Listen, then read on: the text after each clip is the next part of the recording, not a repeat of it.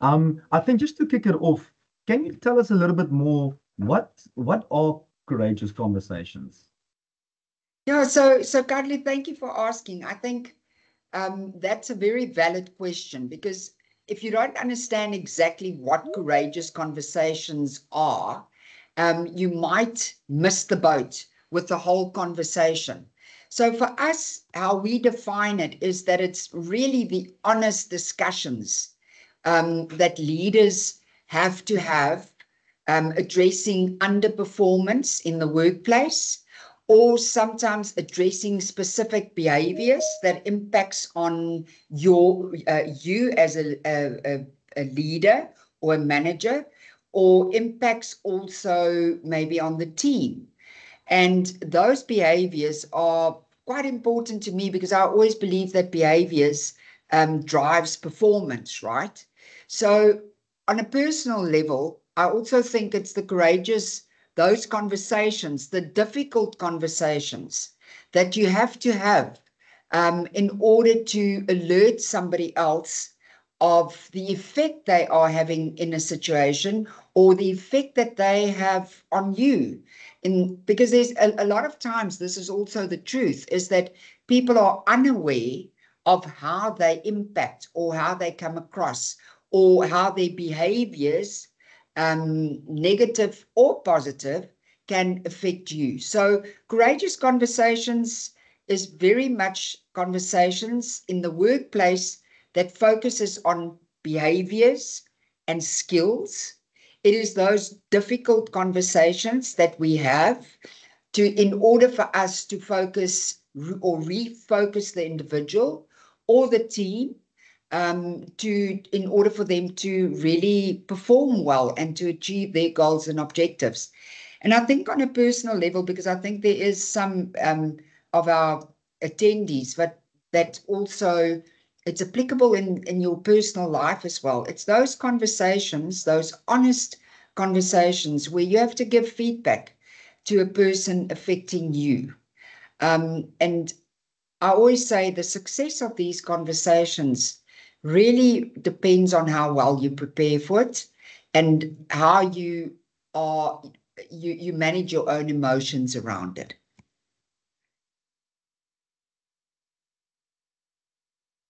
And then tell me, Lisa, why does it matter? Why is having those conversations matter? Well, Carlo, yeah, once again, I think, if the first thing why it matters is that um, courageous conversations, if we don't have those difficult conversations, we are not sorting anything out. The status quo will remain. And I think the most important thing that we have to remember, if we want to see change, we need to alert people to that change. So we've got to give them feedback in a very respectful way on how they impact on us. So in the workplace, why they matter is that we want to course correct behaviors or skills that impacts on the team or the organization in order for the organization or the team to achieve the outcomes and the goals and objectives. But in a personal level, I also think if you don't address any negative behaviors, it will definitely it will stay, it will remain. People are not going to change if there's no consequence. So you've got to, the first step is to have the conversation and alert them to how they impact. And once again, in the workplace, if we don't alert people on maybe a behavior that, let's say, absenteeism, where you pick up a pattern, or maybe tardiness, where you pick up a pattern, and you communicate how it impacts, you give an example, communicate clearly how it impacts, you are not going to see change. So if you want to see change, you need to have the honest and difficult conversation. Um, in a team, why?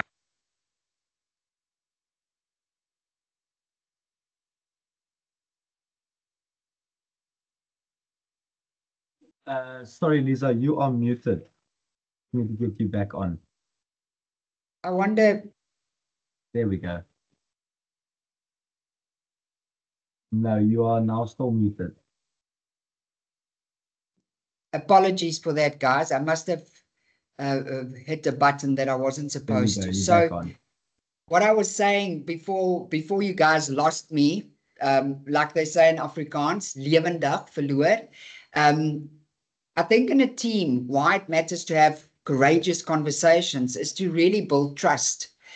You will see in all high-performing teams that there is a code of conduct on how we communicate with one another. And it's always been that open, transparent conversations is part of building a high-performing team. So when we have these conversations, and let me use an example, for instance. If you think about the Springbok rugby team, they are the world champions, right? If you want to be part of that high-performing team, the first thing that we need to build trust in that team. And there's a code of conduct that we establish where we say in this team, we don't, we talk openly about maybe a lack of behavior or a lack of skill in order for us to be the high-performing team and the world champions, because that's our goal, our common goal that we focus on. So the first thing is that it builds trust, because open communication fosters trust with people. That's the first thing that it's important for. The second thing is that it really promotes accountability, because I've seen in high performing teams that I've been working with to build that team to a high performance, that a lot of times if we don't have open communications in a team, and the team members are too afraid, or they've already clutched out, they disengage before, whilst they're in the team, they just don't communicate about things, that there's no consequence. Nobody's holding anybody accountable for their outcomes, for their individual outcomes.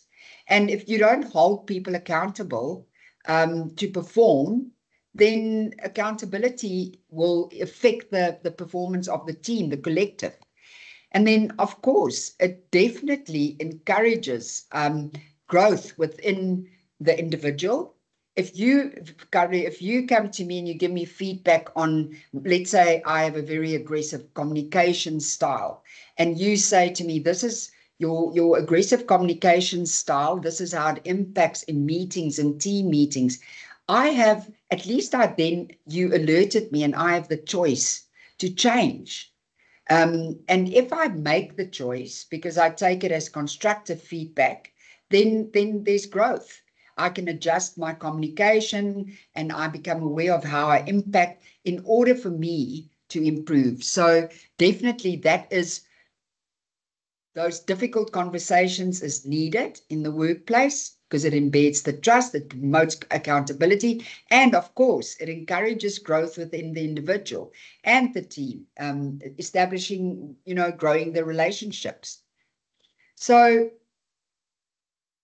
sometimes, Carlo, I wonder if you have noticed in the workplace and also the companies that we work in, a lot of times that what we see is that we've got a avoidance behavior in managers. And And then just on that note, and especially in the workplace, if you had to look at the courageous conversations, why is it often avoided by not just new leaders, but like leaders in general? You also get your senior guys, but why would you think that those conversations are avoided under leadership? Sure, and thanks for that. I think that's quite important, because avoidance, we see that often, and it's not only in new, inexperienced leaders, right? It is also, you find that in experienced leaders that are not, first and foremost, remember that having courageous conversations is a skill. Communications is a skill. So the more you practice, the better you will be at a skill. The more you apply, the better you'll be at a skill. So a lot of times with new leaders, it's because of the lack of skill or the lack of experience. I think for more experienced leaders, it is definitely, it could be on a personal note that they are not comfortable with having those conversations because first and foremost, they believe that conflict is something bad.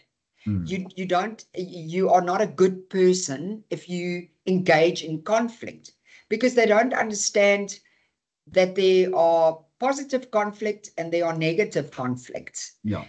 So we talk about constructive conflict and we talk about destructive conflict. In high-performing teams, you need a leader that can encourage and give a voice to the members to say, let's differ from one another. It is not what we are debating about, it's how we debate, right?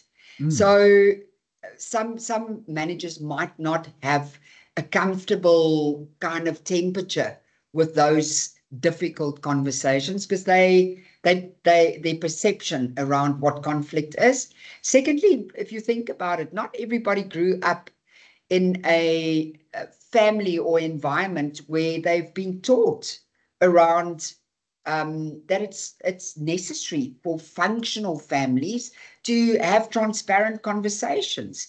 And sometimes we also think that functional families don't fight. Functional families don't talk about things. They just laugh, they smile and wave, all the nice touchy things, support, hug, love. But the truth is, functional families are the families that are transparent. They are authentic with one another. They are comfortable to voice their opinions. They are comfortable to give feedback on negative behaviors that impacts negatively on the family, or maybe lack of skills where they then can offer support. There's constructive debate in functional families, and that is how it should be in the workplace too.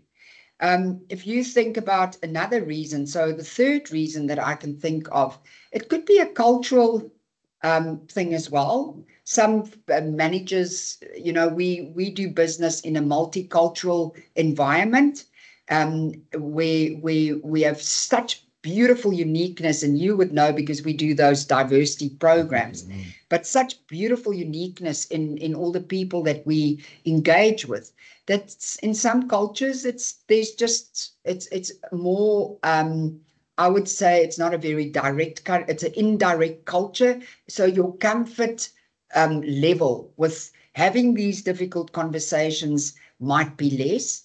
And then in general, I think your personality type as well, again, sometimes, and I'm not saying it's true, but extroverts might find it more easier to have these conversations because they're always communicating and living outside their bodies. Whereas introverts might be having those conversations on the inside of their bodies, and it's a skill. It really, really is a skill that needs to be practiced. And I want to say that when we develop leaders, the core that we start off obviously is emotional intelligence, managing your emotions, and then secondly we work on your communication skills. So yes, I think I've given enough reasons, but I want to invite everybody around the table to please have a look at this role play. She can be a bit feisty, but you can't let her carry on the way example. she is. Her aggressive behaviour in the last team meeting was the final straw. I know you struggle with this type of conversation, but you just have to make it clear to her. Yeah, look, don't worry. I'll make sure she gets the message. Right, I'll leave it with you, yeah? Yeah.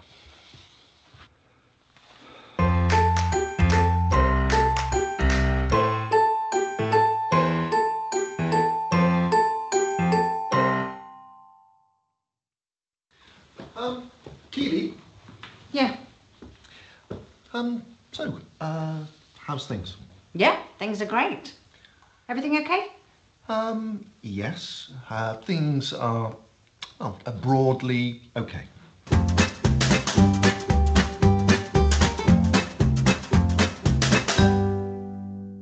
Okay, broadly okay. What do you mean? Well, we can all improve what we do a bit, can't we? Yeah, I suppose so. Why? Is there something that I need to improve? Well, there's always bits, aren't there? Okay, are you saying I'm not doing my job properly? No, not at all. I just think there are a couple of, well, tweaks. Okay, like what? Well, it's no big deal. But sometimes, in meetings, you can come across a little feisty.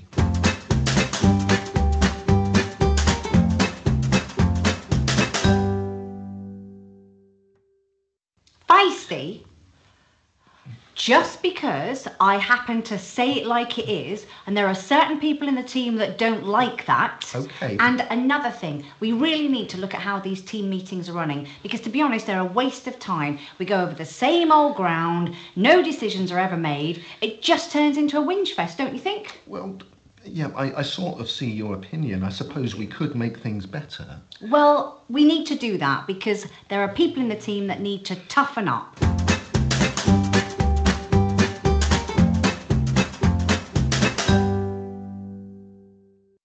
You know, people sit on the fence all the time. Decisions can't be made. I certainly haven't got the time. So, ladies and gents, I think, and Kadlu, I think out of that role play, it is very clear that it is a difficult conversation. And for me, I would never, ever go into a conversation like that being unprepared. You know, I would seriously prepare well before I go into a difficult conversation where I've got to give constructive feedback. And more so, even if I'm not really confident or when I'm not really well experienced in having these difficult conversations. So if you think about what happened in the video that I've just demonstrated there, is that the manager was obviously not confident. But what he also did was he wasn't very specific on what he wanted to discuss with the lady, with Keely.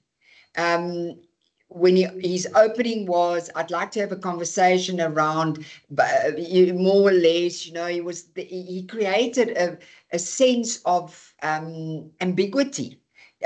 She became frustrated, and it because of his application and his opening statements and not getting to the point. And that is exactly how you fail at a courageous conversation. So that was definitely a case study in how not to have a courageous conversation. The second thing that I wanted to point out in that video, in a courageous conversation, when you are going to give negative feedback, I would definitely not have it in public. I would definitely make it private. I would I will do it in an office, and I would have booked a time and a place where it's private so that we can have the one-on-one. Definitely not on a staircase. And also, thirdly, he gave his power away because he wasn't well prepared. Keely had the run over him. I mean, he addressed her feistiness, her communication style, and he actually didn't anticipate any of the reactions that she would have on that. So by not preparing well, you're setting yourself up for failure, especially if you are not well experienced or you lack confidence. What we must remember, I think, around courageous conversation, it is really, really about giving feedback. And feedback needs to be balanced and it needs to be constructive. So I'd like to share some of the basic feedback principles that we apply when we have these courageous conversations, these difficult conversations. It's incredibly important that you are very specific about what you are addressing. You also, when I say specific, let's say we've observed with Keely that it was a behavior that needed to be addressed. It either is a behavior or a skill. You never, in a difficult conversation, you avoid playing the man or the woman. It is about behavior or skills that you address, that you've observed, and that you can give an example of where you've observed it. So Keely, you come across I have observed in team meetings that you come across quite aggressively. It happened on this day in this team meeting. It also, I observed it on this day and that day. So there's very specifics around that. And this is the impact it has on the team members, that they are apprehensive to contribute to team meetings, or that they don't feel that there's an open dialogue that they can engage in because they are very wary of your reaction. So you've got to be very specific. And then the timely in feedback is, when you observe good behavior or great application of skill, then give feedback immediately, ASAP, as you see it, and you can do it publicly. If it's going to be a negative or a constructive feedback that you've got to give in a difficult conversation to an individual, then I would take time out to ensure that I don't go in with my emotions first and foremost. I will make sure that enough time has lapsed so that I can be objective when I have this discussion, because it contributes to my control of the conversation, and it also takes me out of my emotion and right into my head rather, where I'm objective. And then when we give feedback, of course, everybody, we are all good people around the table. And in the workplace, nobody rocks up at work and tries to be rude to everybody. We are all just going to work, and we happen to spend most of our waking hours in workplaces. We are there to do our jobs and to build relationships and interact with our colleagues. But therefore, if somebody defaults in their behavior, or they exhibit the wrong behavior, or they don't apply themselves correctly, or they lack skills, I think one must keep in mind that your feedback should always be balanced. And what I mean with that is that you have to give feedback on their strengths as well as their gaps. So have that balance. I like to use a feedback model, which is, it becomes kind of second nature if you use it a lot, and it's the sandwich model. So you start off with something positive, and then the filling would be sandwiched between the two positives. Then you give the constructive feedback, and then lastly, you end the discussion off with something positive. That gives a balanced approach to feedback.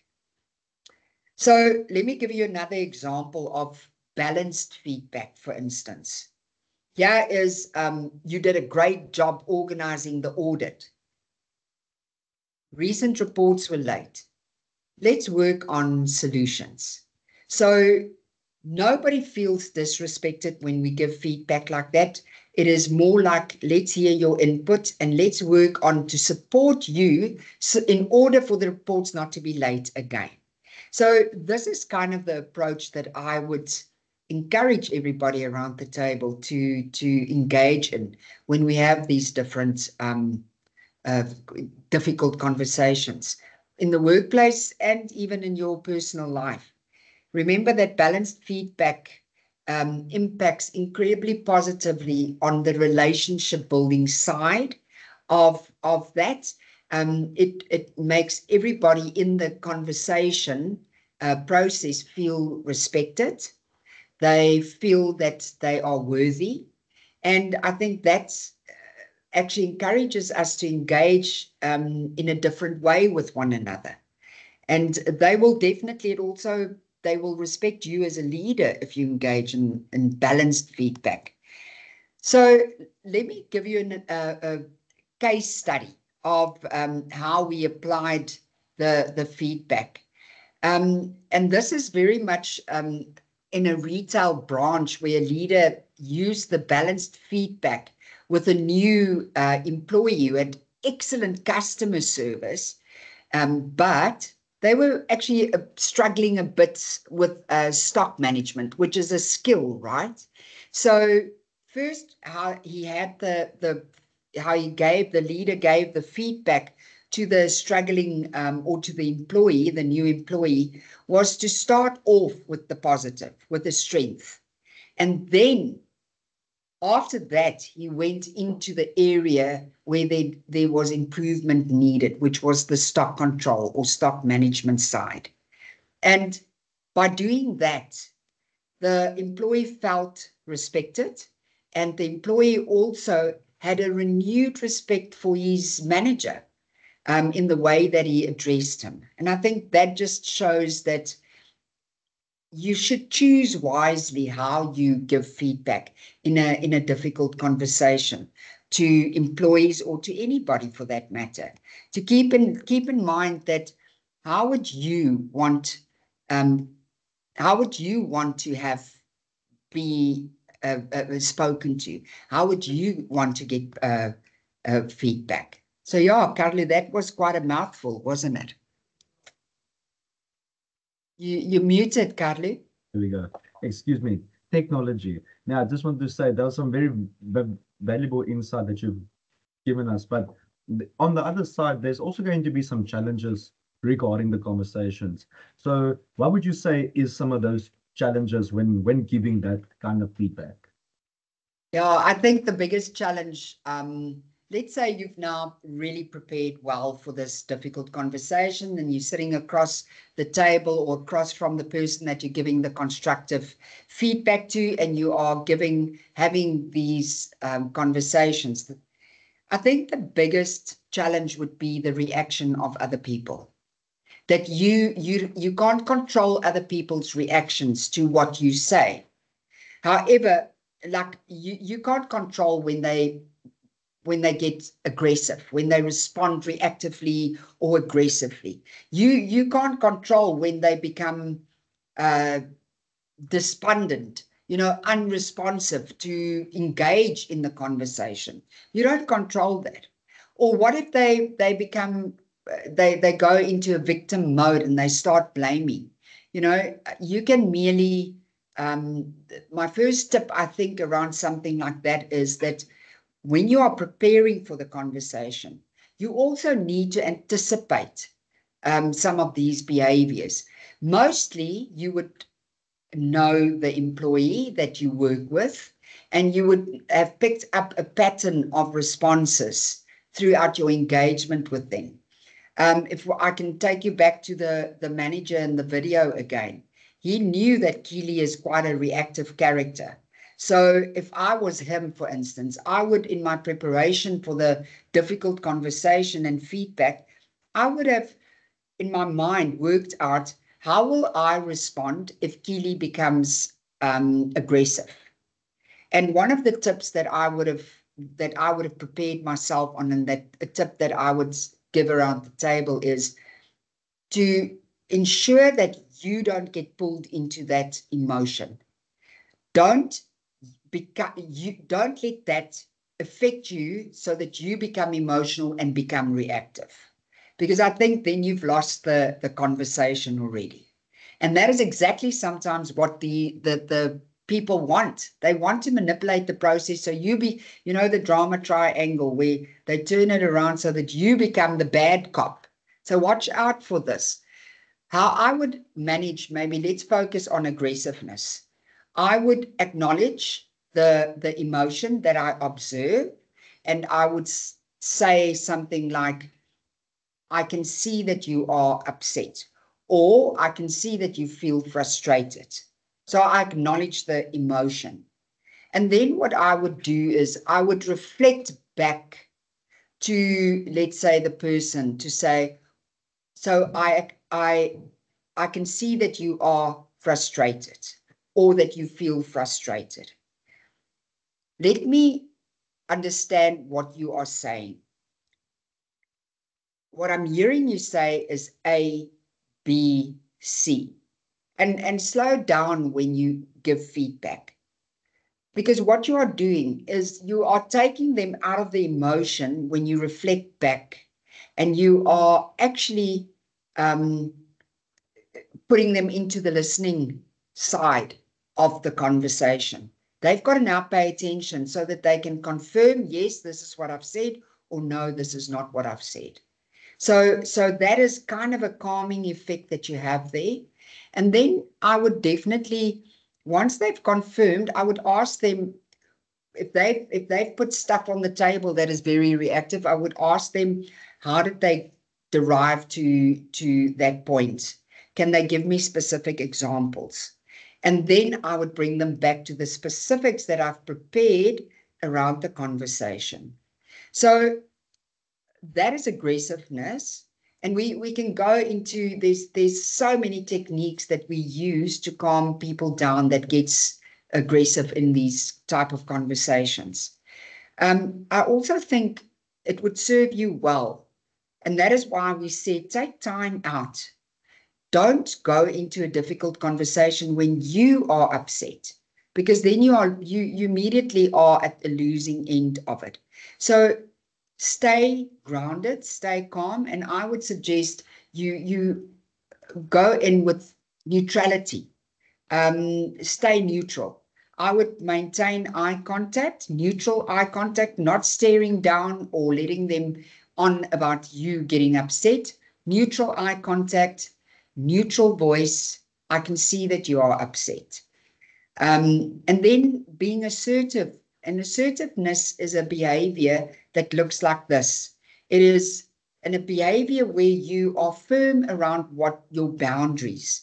So don't let them manipulate you and you can actually manage the process without becoming aggressive. So it is about staying calm, staying neutral, and it's about knowing your boundaries. So if they make requests that is just so far-fetched or aggressive, I would say, what I hear you say is this. What I can do for you is this. What I can't do is what you're demanding. So let's focus back on our discussion of these specifics. And I would like to support you because it's about your growth. So there's so many techniques. So another one would be, what do you do when somebody becomes totally unresponsive? I always say to managers, the language of coaching, the language of difficult conversations, the language actually of leadership is open-ended questions. When I prepare for these conversations, you have to prepare open-ended questions as well. And open-ended questions differs from a closed-ended question. So a closed-ended question is the sun shining outside? The answer is always a yes or a no. Yes or no. An open-ended question would say, could you explain to me how you applied or how you derived to that point? Or could you give me an example of the situation that you've just described? So it's open-ended so that I can pay attention, take notes, and follow it up with an open-ended question to keep the conversation going and to actually drill down into the specifics. So it's also a practice, it's a skill to practice. And I think it would serve you well when you are preparing for a difficult conversation to also prepare some open-ended questions. That's what I always advise. So when somebody becomes despondent and they're not responding, then what I would do is I would have an open-ended question. Person's not responding. I would ask them if they would like me to rephrase the question, and I would like to just be careful, allow enough time for them to respond. Some people take their time to respond, and I want to warn the extroverts around the table that we kind of get upset, or not upset, there's a discomfort sometimes. We want to jump in to follow up and let's talk. You've got to become comfortable with silences. Allow them to respond. After a while, if they don't respond, I would ask them, would you like me to rephrase the question? And then if they're not, I will rephrase the question. If they still don't respond, I will repeat the open-ended question that I did in the beginning. And if they then, after that, still don't choose to respond, I will then just very neutrally say, I'm noting down this is the question that I've asked and that you've chosen not to respond.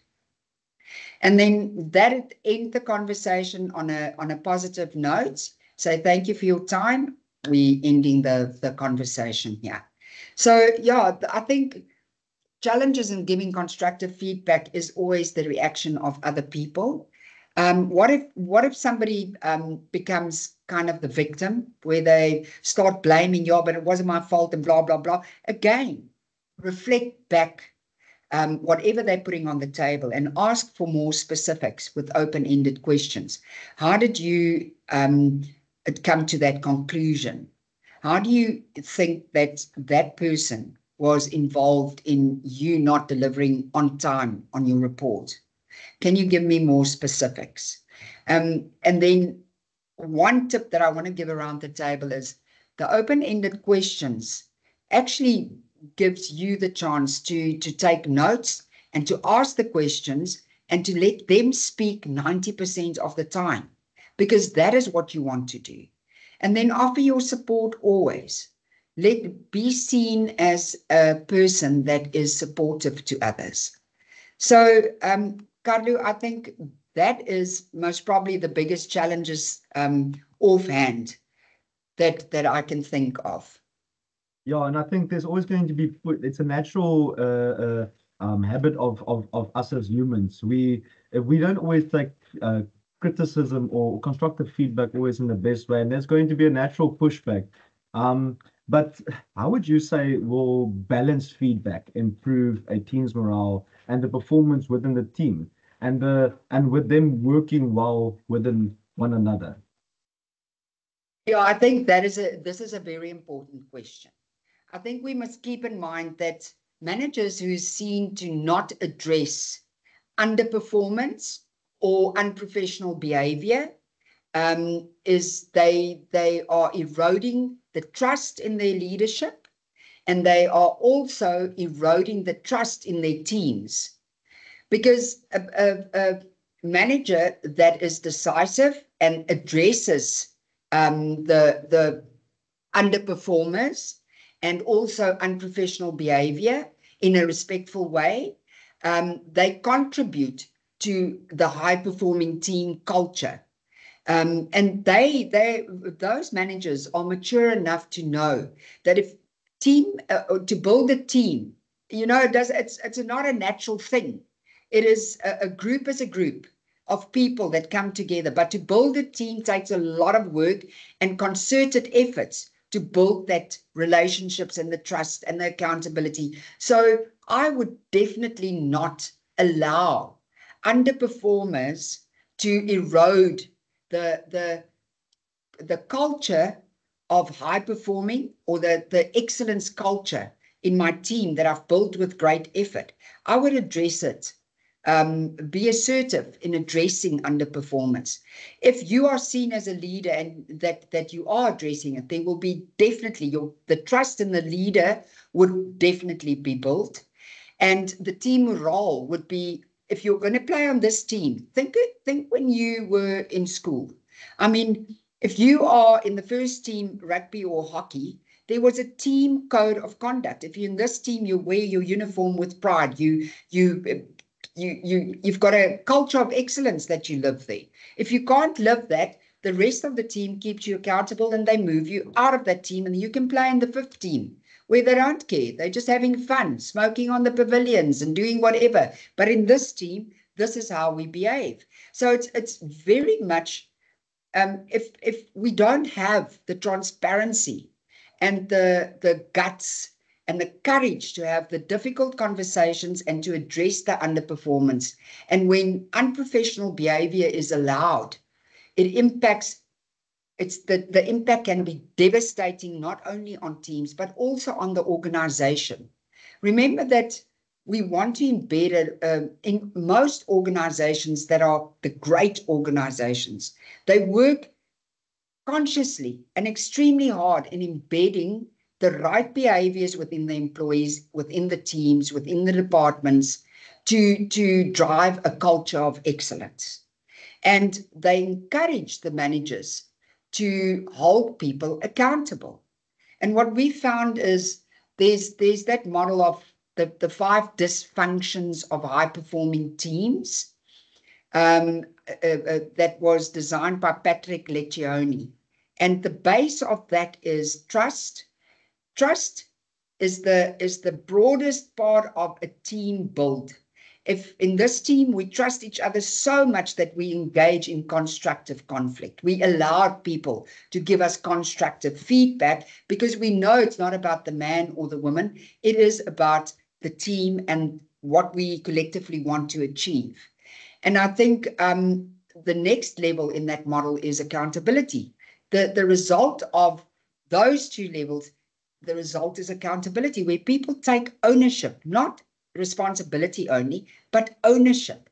And that is what drives results in business and also in teams. So, yeah, I think balanced feedback, courageous conversations definitely contributes to trust, to team morale, and to embedding a excellence performance culture in teams. So maybe it would be good for me to give a few tips around having a successful, courageous conversation. And I've given so much already, but I'd like to share, if you allow me, a video where we share more tips. And the model that I will share here is called STEPS. It's again, most of the feedback models, as you know, is acronyms. And every letter stands for a step in your preparation or how you construct your courageous conversation.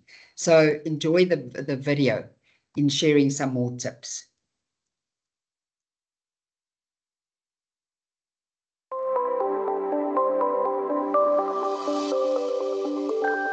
Now, just by the very name of it, everybody's already sitting there saying, oh, no, I don't want to do that. That sounds very unpleasant. But the reality is, if we get great at having courageous conversations, you can actually have positive outcomes every time you have one. Doesn't mean it's going to be easy, doesn't mean it's going to end up perfect for everyone at the end, but it does mean you can end the conversation respectfully and helping each other do what's right for the business. Now, let me be clear about a couple of things. Courageous conversations focus on behaviors and skills.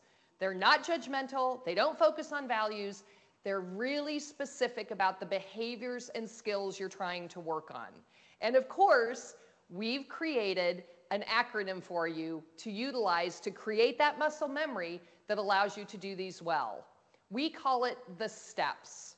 The steps to creating an awesome, courageous conversation.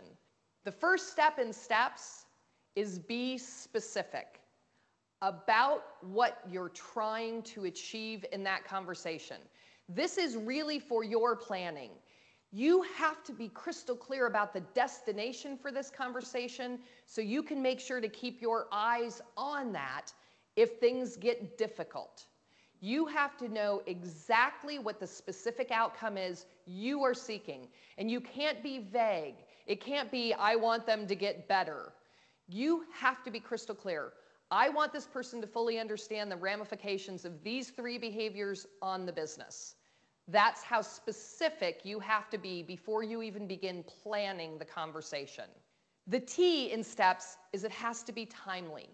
Now, I don't mean it has to be in the moment, right then, when the straw has broken the camel's back and when you're angry about something. I mean it has to be near enough to the behavior or lack of behavior that you can bring the reality to the situation. Now, I know for me, I have the rule of 2.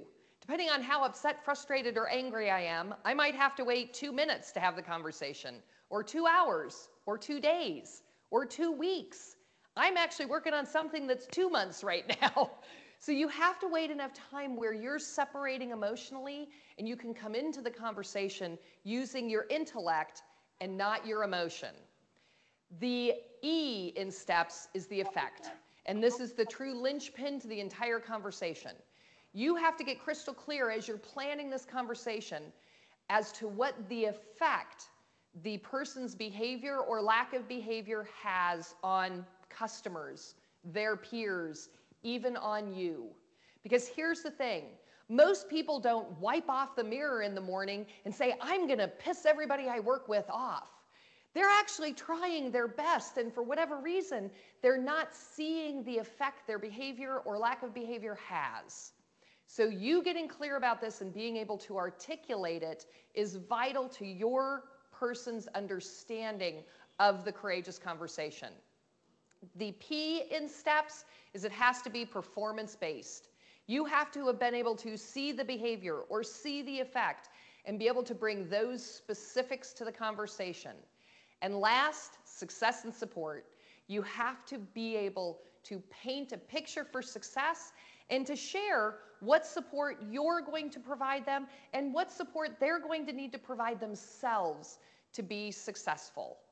Now, here's the thing about courageous conversations. There's a myth that great communication is about having the conversation.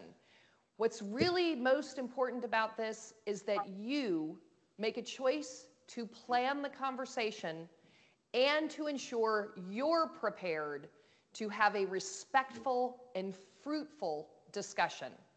And one of the interesting stats that our research has shown is 80% of courageous conversations can actually improve performance and create new understanding. But the only way that happens is if you're willing to take the steps necessary to be successful. So I think that really just shows again, you know, prepare well. And I always say, just have a coaching approach to when you are addressing underperformance. And maybe to show around the table, what I mean with that is open-ended questions. A lot of times we walk in and we correct performance in front of other people, which is uncomfortable. If you're going to correct performance, take it private and give the constructive feedback privately. Let me demonstrate what I mean with that.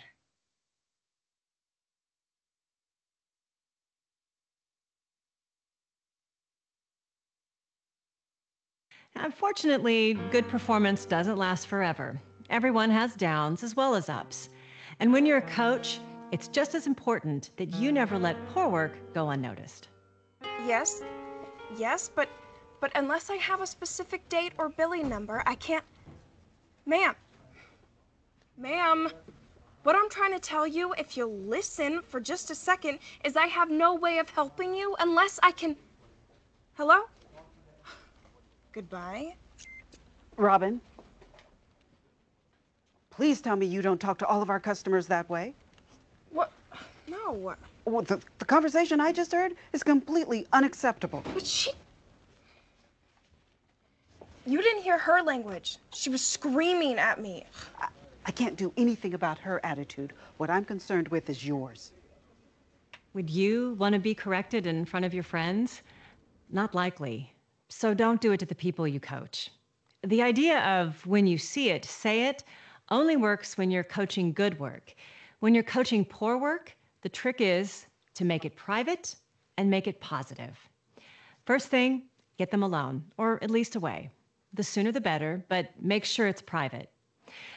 Now, the hard part, making it positive. Take a deep breath and ask yourself, are you correcting things for their success or yours? Are they doing it wrong or just differently than you would? Are you angry or irritated? If you're not in a completely positive frame of mind, stop and wait until you can be. Then proceed with caring. Ma'am? Hello? Goodbye. That call sounded like a rough one. Are you doing okay? Yeah, I guess. Remember, a good coach is willing to let the learner choose their own path. So be careful not to jump in with all the answers. Just jump in with a few questions. So, how do you think it could have gone better? I'm not sure. When you feel like saying, here's what I think, stop, take a breath, and ask them, what do you think? Well, she's bound to call back. What are you going to say? I don't know. Seems like there's not much you can say. It's amazing what you'll hear if they think you're really listening. And of course, what do you do when you hear them come up with a great solution? Never let good work go unnoticed. When you see it, say it. Robin, I think that's exactly right. Just let her vent for a while until she's ready to listen. But what if they don't have the answers? At that point, a tip or a shortcut or some practical advice from you can do wonders. Sometimes I'll say something like, let me know how I can make it right for you. Whatever you offer, make it simple, positive, and totally practical. At times you'll find that they might need a little more training, or maybe they never knew what was expected in the first place. Actually, why don't we practice a call right now, okay? Right now? All right. Hello, this is Robin in accounts. And be patient if it takes them a couple of tries to get things right. They'll learn more from a few of their own mistakes than 100 of your words. Like they say, the only true failure is the failure to try. If they're making mistakes, it means they're trying. And trying hard is exactly the kind of good work that you should never let go unnoticed. You'll be surprised how often your team members can work out their own problems if you just ask the right questions. So I think, ladies and gents, that is such a good case study, that if you take a coaching approach to the courageous conversations by showing that you really are there to support and that you are there to correct the professional behavior or the skill, and to work with them, then they would be more willing to actually listen. And the benefit that I always say is it builds the relationship and it engages the employee in a positive way. So I always say feedback, courageous conversations is about getting feedback. We all have a blind side. On the screen, you would see that the very well-known Johari window model that we always use in feedback. And for people, you'll see that we all have an open window, right? That is what people know of me and what I know of myself and what I show to the world. In our blind window is where we need the most feedback, where those courageous conversations can have a huge impact, because this is where other people know how I impact on the world, but I don't know. I don't know how I come across or how I communicate or how my behavior or skill is affecting the team or another colleague or a person. So it is incredibly important that we do get feedback in that. And I think what I'd like to end off with is maybe just sharing some of the feedback models that is so well known. And we've given you the steps one, but the one that I would like to share with you is one that we use for individuals, for teams, and even for organizations. And I call it the robot exercise. The robot exercise is about stop doing, continue doing, doing more of. So the red light would be, what should I, as an individual, stop doing immediately that is impacting negatively on the team, or maybe on this family, or on this organization? What can I continue doing that I'm doing well? Because that's where the balanced feedback comes in, right? Because we don't always just do bad things, or we don't just underperform. There's certain areas that we also do well in. What can I continue doing? That is the orange light. And then the green light would be, what should I start doing? And that's where your advice and your support comes in, the mentorship or the coaching approach that you can use. The second model that I'd like to use is the RIGHT acronym, and the R stands to respectful. I think it reminds me always that when I go into a courageous or difficult conversation, I have to remain neutral and my approach needs to be respected. I'm dealing with a human in front of me and not a machine. And then the I would be for be issue specific. Don't focus on, don't bring in too many things. Be issue specific, one or two things that you are going to discuss. And then goal orientated. What is the aim of the feedback? What do you want to achieve with the feedback? Always start with the end in mind. That's 7 habits of, if I remember Covey.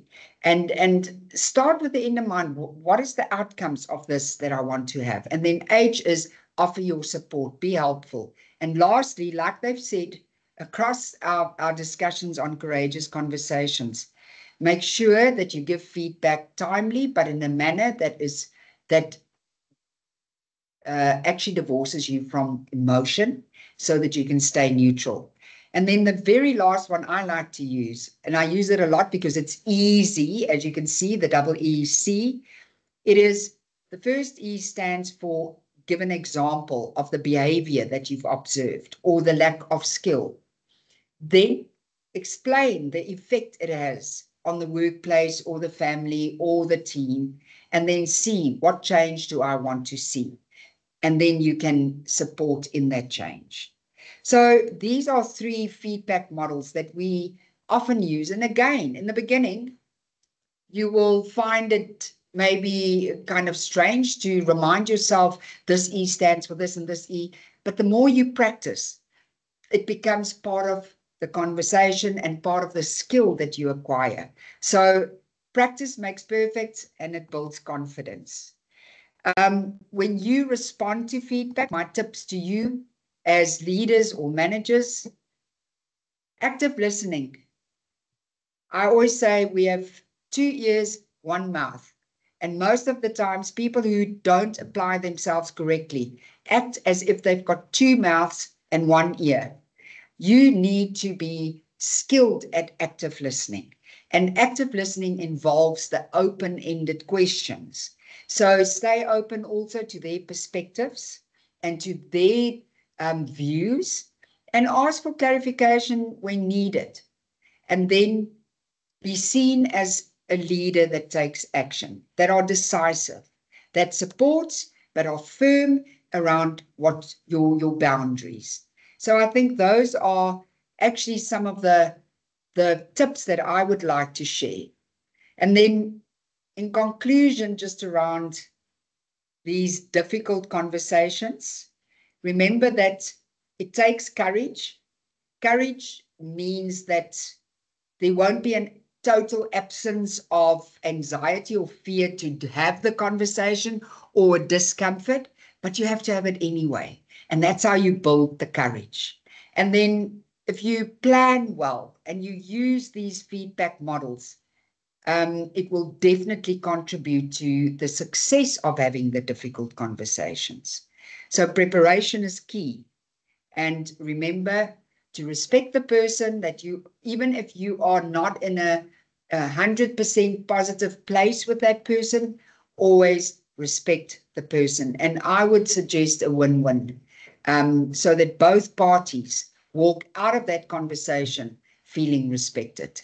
So from my side, I just want to alert you that Ubuhle has got a non-credit bearing intervention that we do for companies across South Africa and outside of our borders, where we teach managers to navigate courageous conversations. And we can do a half day, we can do a full day. It is up to you. And I think Carol and Carly will send out the PowerPoint. And if you need more information around these interventions, I will be the lead facilitator in these conversations, navigating the conversations and in these interventions. So yeah, if you need, we can send you more information. And then, Carly, maybe we can ask our delegates to unmute, and if there's any questions that they want to ask, let's spend 5 minutes on that. 100%. Thank you so much for great session, Lisa. Guys, if there's any questions, please feel free to unmute. We've got Lisa still around the table, so if there's any questions, please feel free to ask. Carol, I don't know if you've picked up any questions that was in the comment box, maybe. No, there was no questions that came up while you were presenting. But thank you, Lisa. It was an absolutely fabulous session. I think in terms of sharpening the saw, something like this is invaluable just to remind us how to talk to people, especially our colleagues. I particularly loved what you said about sandwiching the negative, that you're still talking about it, but that you're phrasing it in a way that is still an upwards and forwards conversation. Sure, and Carol, maybe it would be good if you could just put my email address in the comment box. If any of the delegates around the table would like to contact me and get more information as well. I'll do that now. Thank you for that that feedback. Yeah, and I think if there's no questions, then I would like to thank everybody around the table again for making time to join us. And we hope that you will, I think our next webinar, Carol Kadlu, please remind me, is it next week that Anand Krishna, our operations director, will be talking about the QCTO space and so on? They'll be next month. We'll have our webinars rolling out again. So for now, guys can just wait. We'll be able to send out the emails and the reminders for our next webinar, up and coming webinar as well. So from my side, thank you once again and have a good time. Thanks, everybody. Fantastic. Thank you so much, guys, for joining us. I hope you have a blessed Thursday further.